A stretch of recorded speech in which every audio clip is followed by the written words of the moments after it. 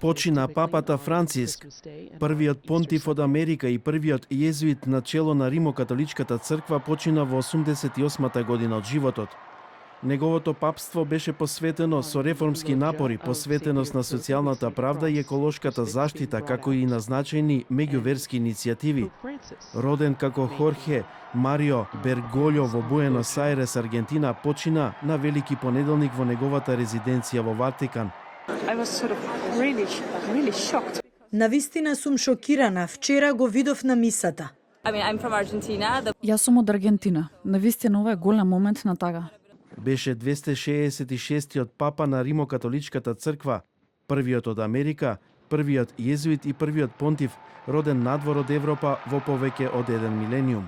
Во 7 часот и 35 минути утрово римскиот бискуп Франциск се врати во домот на Отецот. Целиот негов живот беше посветен на службата на Господ и на неговата црква. Тој не научи да ги живееме евангелиските вредности со верност, храброст, но и универзална љубов, особено за најсиромашните и повеќето маргинализирани. Со огромна благодарност за неговиот пример како вистински ученик на Господ Исус Христос, ја подаруваме душата на папата Франциск на бескрајната, милосрдна љубов Божја, еден и трибуна. Тој беше ракоположен за свештеник во 1969 година и од 1973 до 1979 година стана провинцијски надреден на језуитите во Аргентина. Кон крајот на 90-тите години беше назначен за надбискуп на Буенос Ајрес. Потоа беше издигнат на коледжот на кардинали од папата Јован Павле II.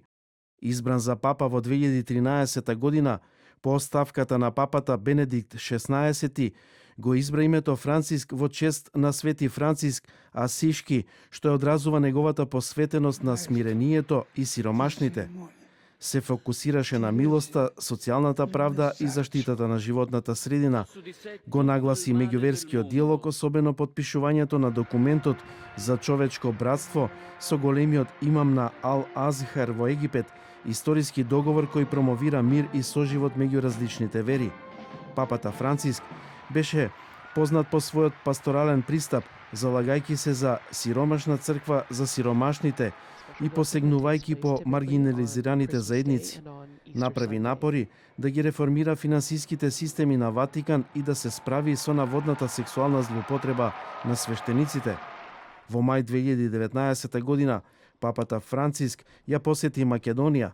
Тогаш рече дека најмногу бил импресиониран од средбата со калугерките во спомен куќата на мајка Тереза во Скопје.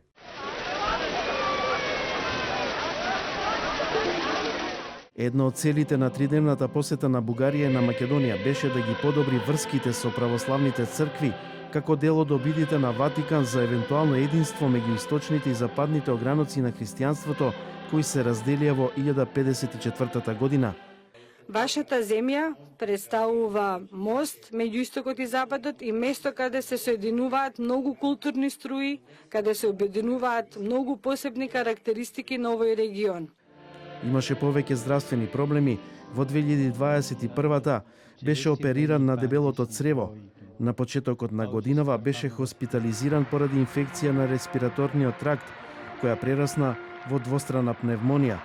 Неговата состојба остана сложена и му беше потребен продолжен престој во болница. Вчера на Великден во Ватикан се појави кратко пред верниците во инвалидска количка.